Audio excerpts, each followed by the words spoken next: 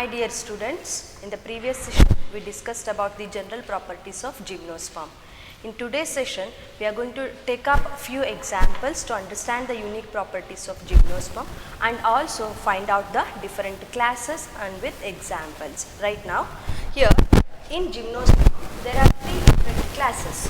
So those are, first one, Coniferaopsida. Coniferaopsida.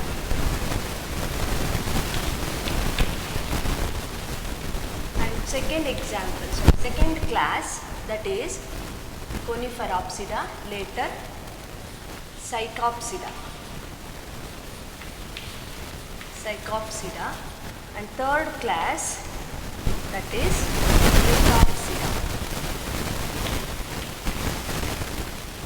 Out of these three classes, we will find out few examples which will be showing different properties in detail.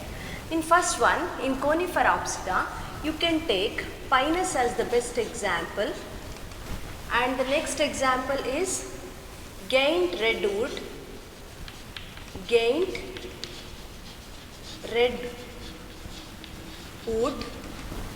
And the last is Ginkgo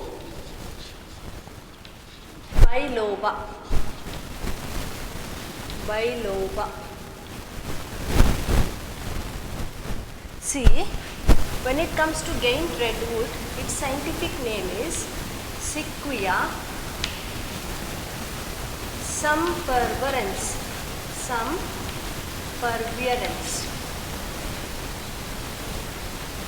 This is asked for 1 mark question. Which is the largest gymnosperm present on earth? That is Sequoia sempervirens. You need not to write giant redwood tree. Atara bariyavagilla, scientific name na baribeku. And later for Ginkgo biloba, the special property is it is a living fossil. When it comes to fossil, it is dead. We think that is dead. It was living in a time which is previous one. Tumba ವರ್ಷಗಳ ಹಿಂದೆ ಜೀವಂತ ಇತ್ತು, but ಇವಾಗ ಇಲ್ಲ ಅಂತೇಳಿ ಹೇಳ್ತೀವಿ. ಆ ಥರದ್ದನ್ನು ನಾವು ಫಾಸಿಲ್ ಅಂತೇಳಿ ಕರಿತೀವಿ. But still it is present and that's why it is called as a living fossil. And later for Psychopsida, the best example is Cycas.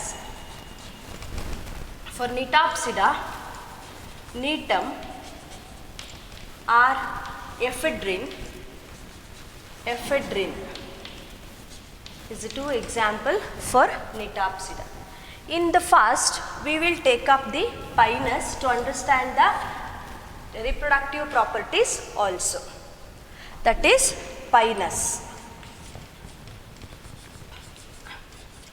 So as it comes under Coniferaopsida, the plant which is present like this with a long shoot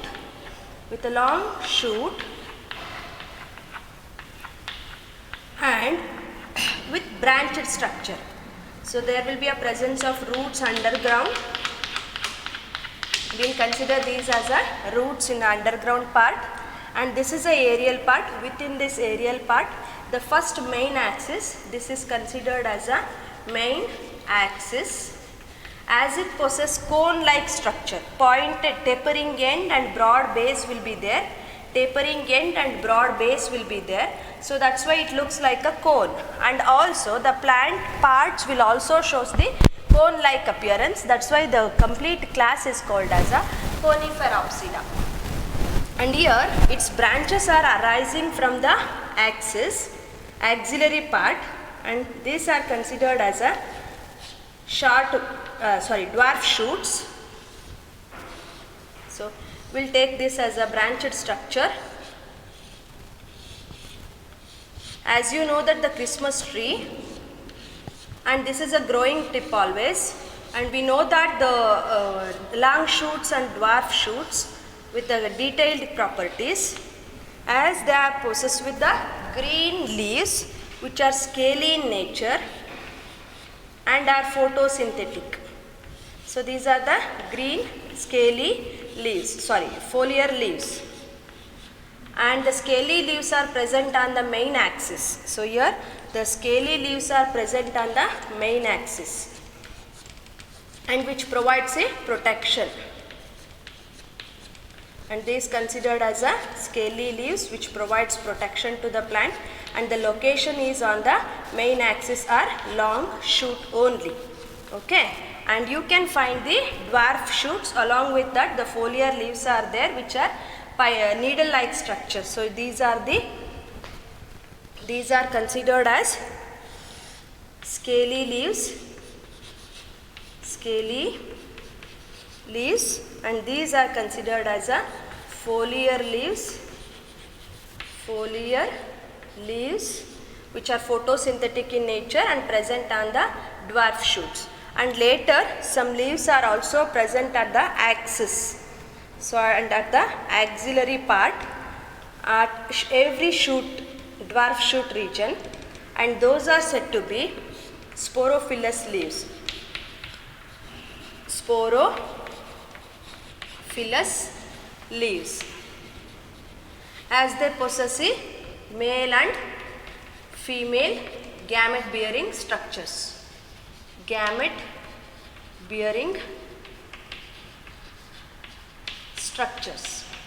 And later you can find the presence of male cone at the growing tip, and these are the male cone structures which are in a cluster form.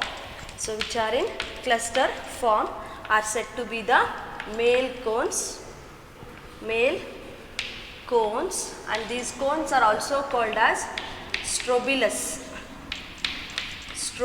anta heli kuda helteve. And at the axillary part of a dwarf shoot region there will be a presence of female cones which are in single. These are female cones in a single. Okay, so regarding the plant structure, and you can find that there will be a presence of cone like appearance. So this is a cone like appearance which shows, so that's why this is called as a conifera apsida regarding the morphological appearance of a pinus.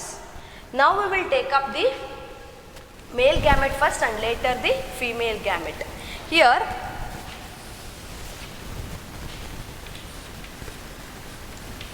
male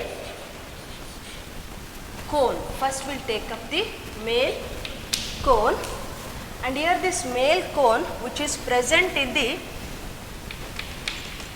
microsporophyll, present within microsporophyll, and it is present at the growing tip of long shoot.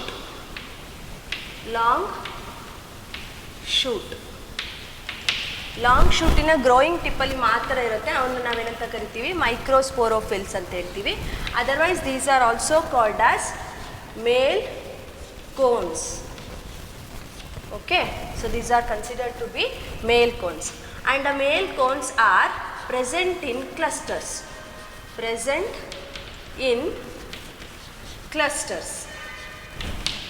Clusters ಅಂದರೆ group ಆಗಿ ಇರ್ತದೆ. ಓಕೆನಾ, and we will find exactly how the structure appears. If you say that this is a structure of a male cone, this is a structure of a male cone where with the presence of scaly leaves, which forms the cluster of male cones. This is a single one male cone, second, third, fourth, fifth and sixth. Like this there will be a each and every cone with a cluster form, right? So this is a male cone, single one. Okay, and this male cone with the presence of scaly leaves. So these are the scaly leaves with which there will be a presence of microsporophills within this.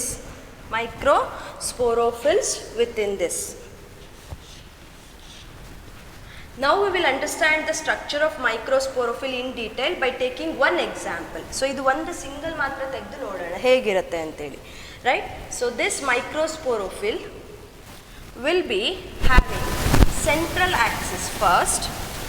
This is considered as a central axis, and for the central axis there will be a presence of spirally arranged sporophylls. Spirally arranged sporophylls. And each sporophyll bears microspores, sporangia.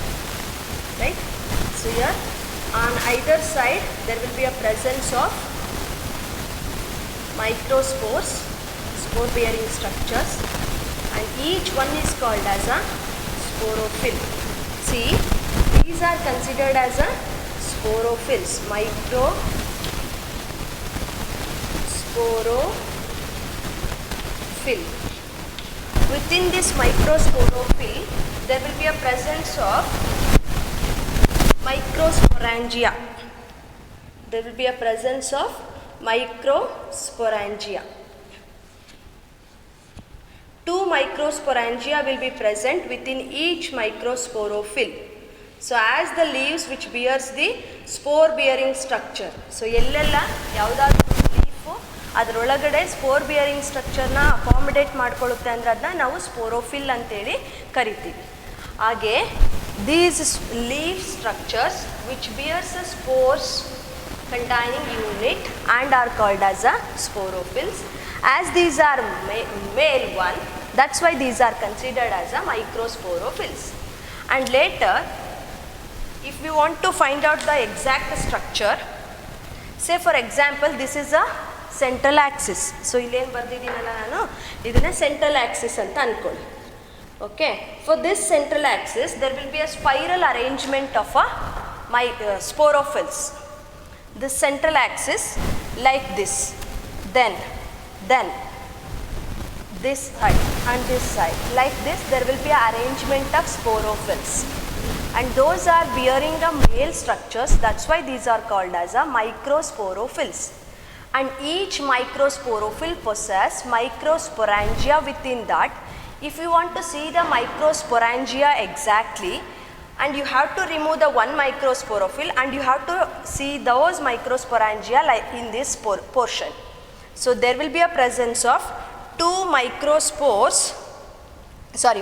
microsporangia at this region like this. So ಈ ಥರ 2 microsporangia ಇರ್ತದೆ. ಓಕೆನಾ? And when we take up each one microsporangia, so we'll take up one microsporophyll over here, and it is observed on this section. ಈ ಥರ ನಾವು ನೋಡ್ತಾ ಇದ್ದೀವಿ. And this section which bears a microsporangia within this region, and they are 2 in number when we are seeing this from the vertical section, right? And they possess the microspore mother cells. These are the microspore mother cells present within the microsporangia. These are considered as a microsporangia, and each unit which is present within this are called as a microspore mother cell. ಅರ್ಥ ಆಗಿದೆಯಲ್ಲ? And later this microspore mother cell which undergoes meiotic division. See, this microspore mother cell we consider or call this as a MMC ಅಂತೇಳಿ ಕರೆಯೋಣ. ಓಕೆನಾ? Microspore mother cell ಅಂತೇಳಿ. And this microspore mother cell undergoes meiotic division to form microspores.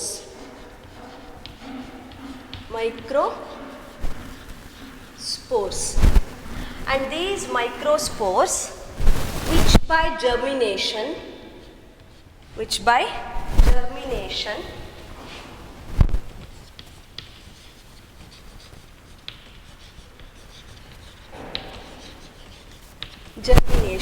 they will provide us pollen grains.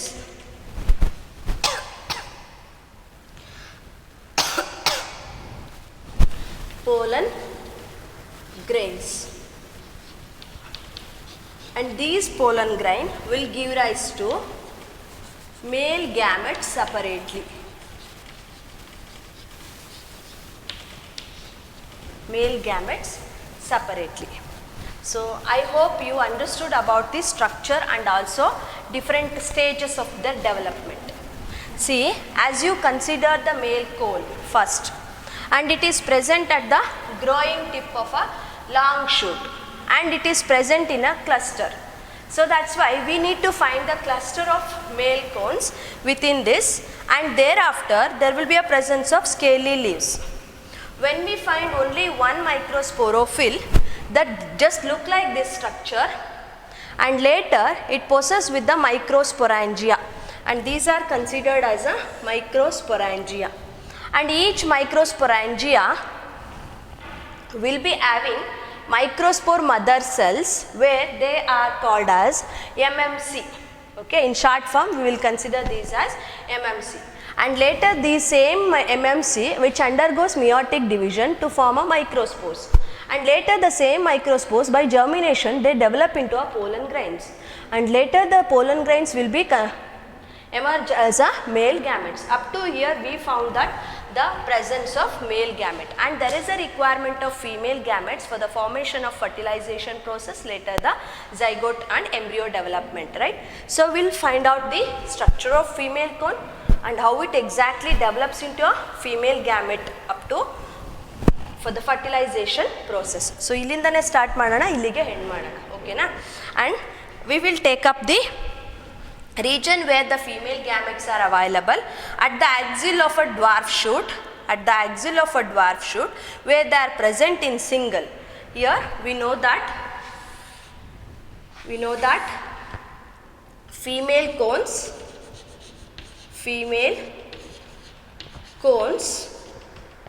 so symbol is just like this, which are present in single at axil of dwarf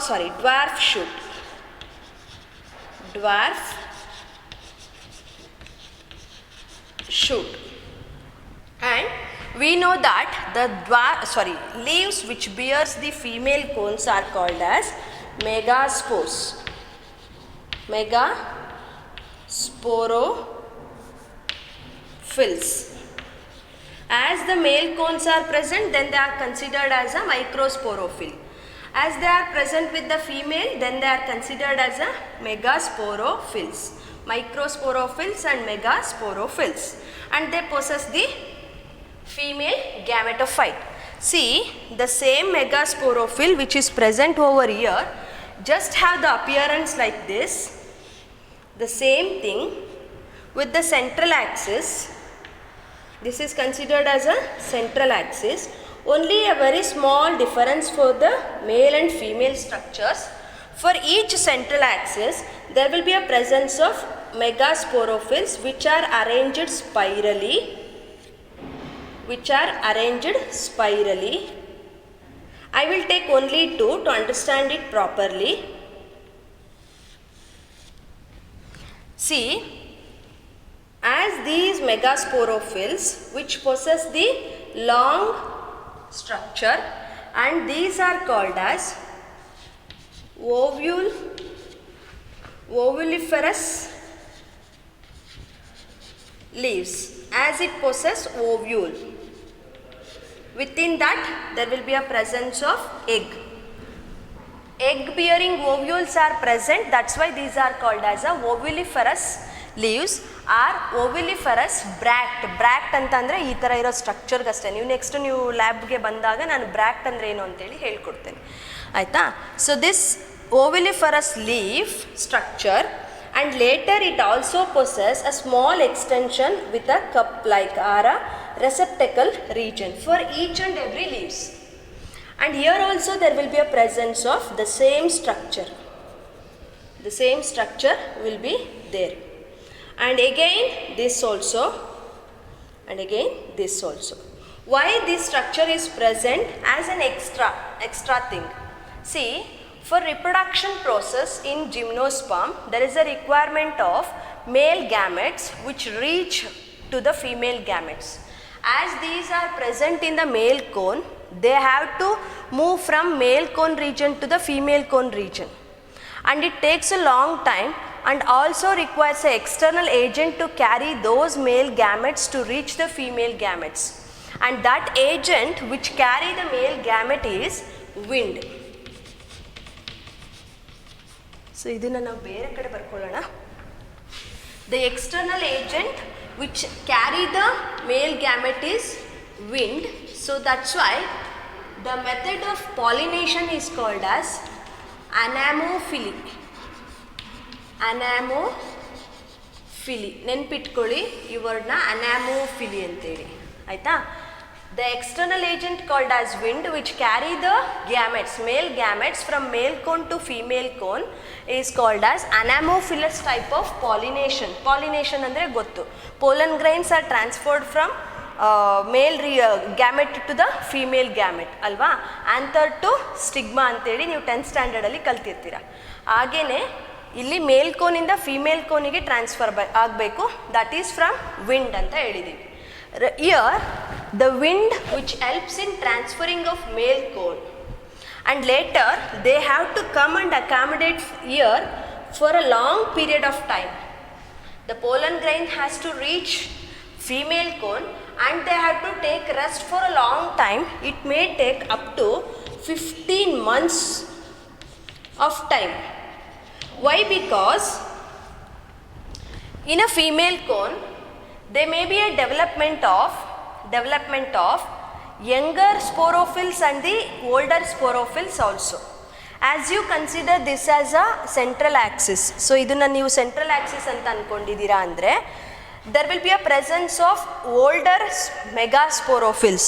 so ಇದು older megasporophyll, ಇದು older. ಇನ್ನು ಕೆಳಗಡೆ ಬರೋವೆಲ್ಲ younger megasporophylls ಆಗಿರುತ್ತೆ.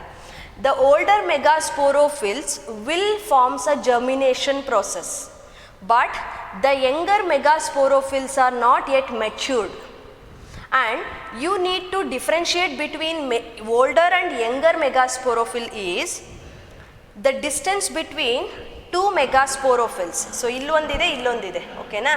So in between these two megasporophyll there will be a presence of a very long distance, ಸ್ವಲ್ಪ gap ಇರ್ತದೆ. And when compare to the younger ones, ಇದನ್ನೇ ನೀವೇನಾದ್ರು younger ಅಂತ ಅಂದ್ಕೊಂಡಿರಿ, ಈ ಎರಡು ಮೆಗಾಸ್ಪೋರೋಫಿಲ್ಸ್ ಯಂಗರ್ ಆಗಿದ್ವು ಅಂದರೆ ಇಲ್ಲಿರೋ ಡಿಸ್ಟೆನ್ಸ್ ಏನಿದೆಯಲ್ಲ ಝೂಮ್ ಮಾಡಿ ನೋಡಿ ಗೊತ್ತಾಗ್ತದೆ. And this will be very less and they just intact, ತುಂಬ ಹತ್ತಿರವಾಗಿ ಅಂಟ್ಕೊಂಡೇ ಇರ್ತಿತ್ತು megasporophylls. And this forms the presence of difference between megasporophylls of younger and the older ones. And later which requires 15 months for fertilization process. The ovule which consists of egg has to come out and forms a fertilization. So that's why during its anemophilous type of pollination, male gamete will come and rest for 15 months, and later when there is a ready of female gamete that forms the reproduction process and fertilization, later all the events will take place. So that's why the bract which is present over here will helps in resting of the pollen grain, and also escape of the pollen grain is avoided or prevented. So ಒಂಥರ cup ಥರ ಇದೆ, so ಹಂಗಾಗಿ ಅದರಿಂದ ಹೊರಗಡೆ ಎಲ್ಲೂ ಹೋಗೋದಿಲ್ಲ, so ಅಲ್ಲೇ ಪ್ಲೇಸಲ್ಲಿ ಉಳ್ಕೊಳ್ಳುತ್ತೆ. ಓಕೆನಾ. ಸೊ ಹಾಗಾಗಿ ಈ ಬ್ರಾಕ್ಟ್ ಸ್ಟ್ರಕ್ಚರ್ ಎಕ್ಸ್ಟ್ರಾ ಅಡಿಷನಲ್ ಅಂತೇಳಿ ನಾವು ಹೇಳ್ತೇವೆ. Later which bears the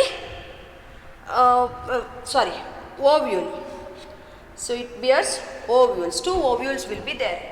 And when you consider the same ovule with one sporophilous structure, I am writing this in the other way. So this is a structure of a one ovuliferous leaf. ಇದೊಂದನ್ನ ಮಾತ್ರ ತಗೊಂಡಿದ್ದೀನಿ ನಾನು, ಇದಿಷ್ಟನ್ನು ಮಾತ್ರ consider ಮಾಡಿದ್ದೀನಿ. So in this there will be a presence of ovule, and this ovule will be arthrotrophus ಅಂತೇಳಿ. ನೀವು next year ಆರ್ಥ್ರೋಟ್ರೋಪಸ್, ಅನಾಟ್ರೋಪಸ್ ಅಂತೇಳೆಲ್ಲ ಬೇರೆ ಬೇರೆ ಫಾರ್ಮ್ಸ್ನ ನೋಡ್ತೀರಾ, ಅಲ್ಲಿ ಗೊತ್ತಾಗುತ್ತೆ ನಿಮಗೆ. So take example that this is a ovule. So this is a ovule, and if you consider that there will be a presence of egg over here. ಇಲ್ಲೊಂದು egg ಇದೆ ಅಂತ ಅಂದ್ಕೊಳ್ಳಿ. Okay, okay, egg cell.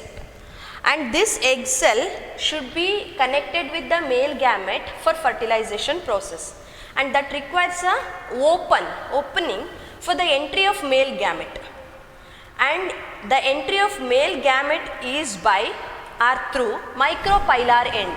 There will be two ends. One is chalazal end, upper end is chalazal end and other end is called as micropylar end, and the opening will takes place either through chalazal end or through micropylar end.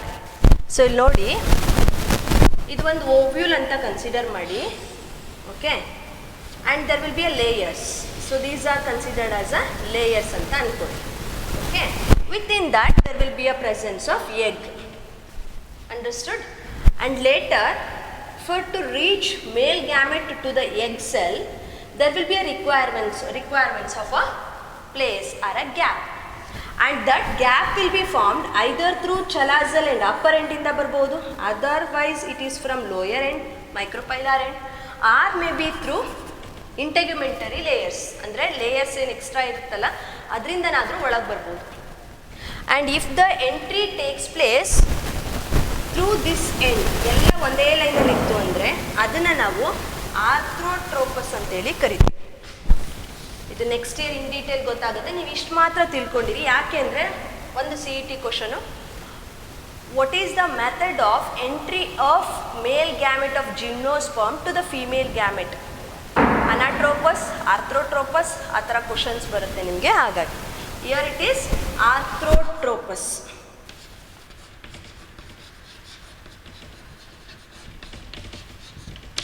Type of entry of male gamete to reach the egg cell, and this is having megaspore mother cells. The same thing, megaspore mother cells will be there, and these are also again considered as megaspore mother cells as MMC, which undergo meiotic division,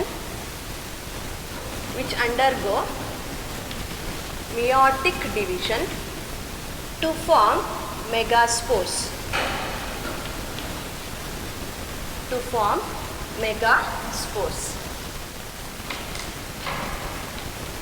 And later these megaspores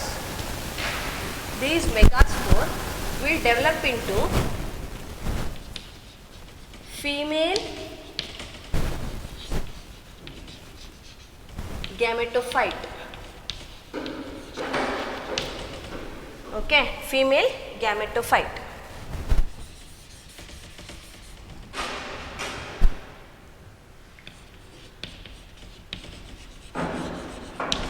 ಇಲ್ಲಿ male gametophyte.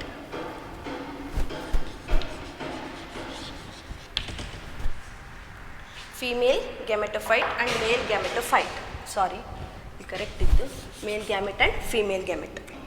And later these fuses together.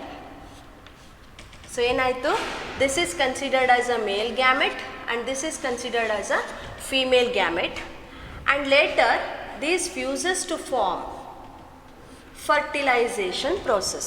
ಹೇಗಾಗುತ್ತೆ later it is developed into it undergoes fertilization, and this fertilization leads to the formation of zygote. This is zygote developed, and later this zygote will develop into embryo.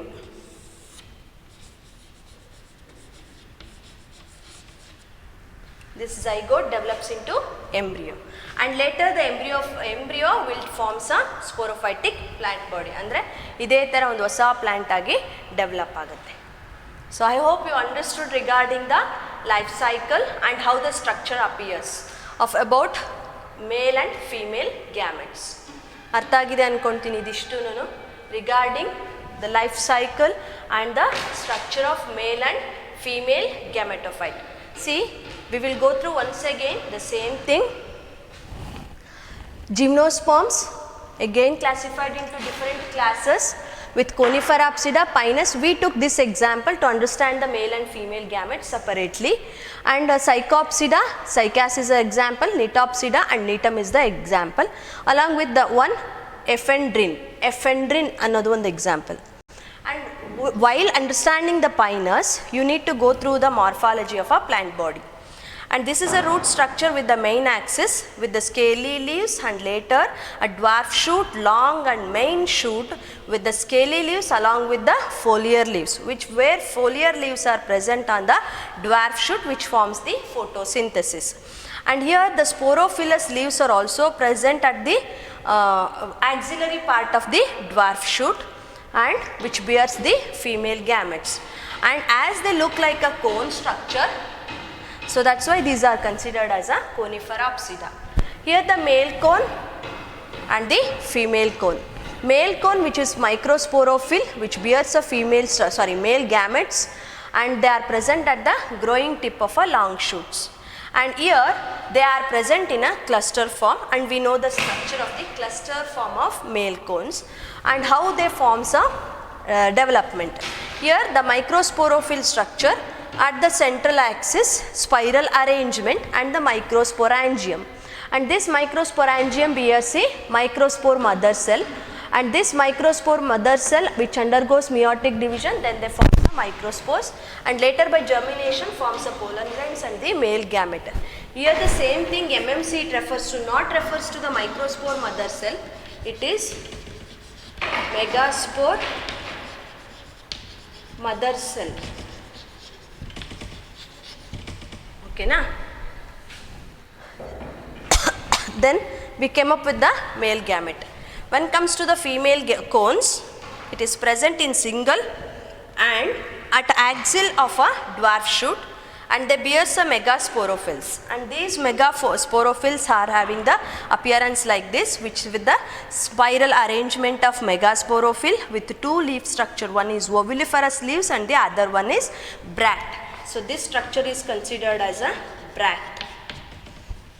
Within a bract there will be a which is helpful for the resting of a pollen grain through wind pollination. And the megasporangium, which is present within a single ovuliferous leaf, is looking like this with the megaspore mother cell, which undergoes meiotic division to form a megaspores, and later they develop into a female gametophyte by the fusion process between male and female gamete to form a fertilization. And fertilization leads to the formation of a zygote, and here one thing additional here, zygote rests over there only within the ovuliferous leaf structure. So ille tumba dinagal tanaka hage ulkolutte, and later it will come out as a seed. So ನೆನಪಿಟ್ಕೊಳ್ಳಿ, ನೀವು angiosperms ಅಲ್ಲಿ seeds ಎಲ್ಲ ಎಲ್ಲಿರುತ್ತೆ ಅಂತಂದರೆ ಹೊರಗಡೆ ಒಂದು fruit content ಇರುತ್ತೆ. ಈಗ ಒಂದು ಆ್ಯಪಲ್ ಅಂತ ತಗೊಳ್ಳಿ, ಓಕೆನಾ? ಆ್ಯಪಲಿನ ಸೀಡ್ಸು ಒಳಗಡೆ ಇರುತ್ತೆ, ಅದ್ರ ಸುತ್ತ ಏನು ಕಾರ್ಪ್ ಇರುತ್ತೆ, ಎಡಿಬಲ್ ಪಾರ್ಟ್ ನಾವು ತಿಂತೀವಲ್ಲ ಅದಿರುತ್ತೆ. ಸೊ ಅದು ಎಲ್ಲಿಂದ ಡೆವಲಪ್ ಆಗಿರುತ್ತೆ ಬೇರೆ ಇದೆ, ನಿಮ್ಗೆ ಅದು ನಾನು ನೆಕ್ಸ್ಟ್ ಹೇಳ್ತೀನಿ. ಇಲ್ಲಿ ಏನಾಗಿದೆ, seeds are naked and they just gone with the development of a zygote.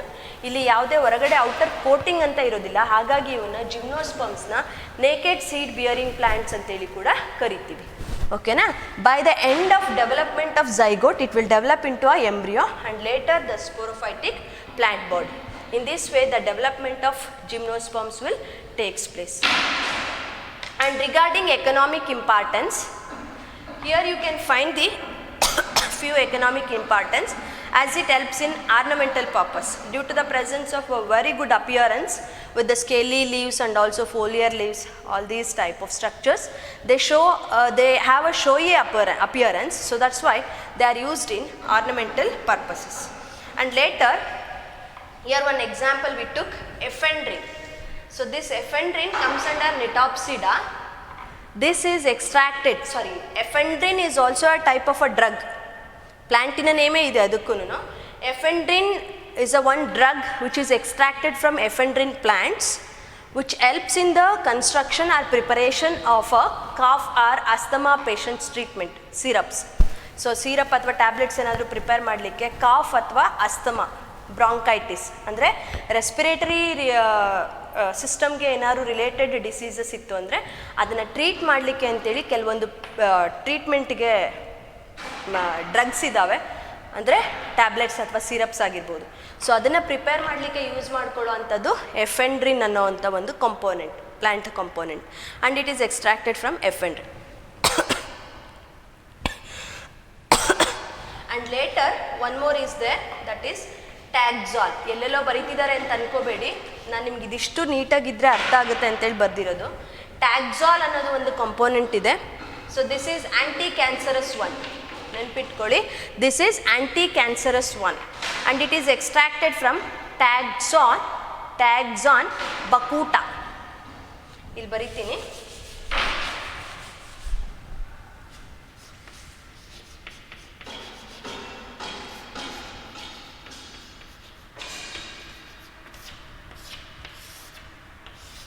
So here Taxus bacuta is helps in the extraction of Taxol, which is anti-cancerous drug. ಅರ್ಥಾಗಿದೆಯಲ್ಲ? This is one of the gymnosperm we are going to extract. And again these gymnosperms are used as a source of wood. So for the preparation of cases, ಅಂದರೆ ಏನಾದರೂ ಶಿಪ್ಮೆಂಟ್ಗೆ ಅಂತೇಳಿ ಇಲ್ಲಿಂದ ಬೇರೆ ಕಡೆ ಟ್ರಾನ್ಸ್ಪೋರ್ಟಿಗೆ ಅಂತೇಳಿ use ಮಾಡಲಿಕ್ಕೆ ನಾವು ಕೇಸ್ಗಳನ್ನ prepare ಮಾಡ್ತೀವಿ. I mean wooden boxes prepare ಮಾಡ್ತೀವಿ, which are very lightweight in nature, and those are prepared from these gymnosperm woody structures. As they are woody in nature, that's why we are going to extract these woody parts and later use it for the preparation of transport cases and also for matchbox preparation and paper pulp na prepare ಮಾಡಲಿಕ್ಕೂ ಕೂಡ use ಮಾಡ್ತಾರೆ. And another one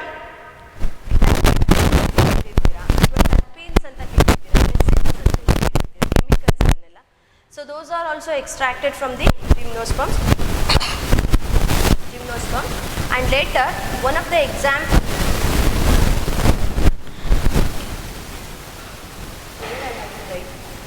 Pinus, idu genus name ille ide, Pinus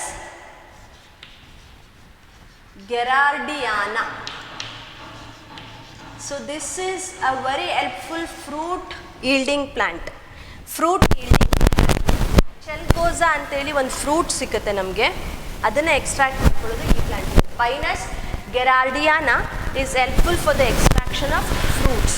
as it is edible in nature, we are going to take it as a food. So these are the economic importance. To summarize once again, here you can find ephedrine. This is used to prepare the many of the drugs which is used in treatment for cough, bronchitis and asthma. And Taxol, which is extracted from Taxus bacuta, it also acts as an anti-cancerous agent. And later Pinus gerardiana, this is used as a food, as it is edible property, we can use it for the food, the seeds are extracted. And later you can use it for the ornamental purposes. So here this completes the gymnosperms in detail with the general properties and the one example to understand the unique nature. So I hope you all understood about the gymnosperm. We all left with the angiosperm with the classes. Okay, in the next session we will meet with the angiosperms. Thank you dear.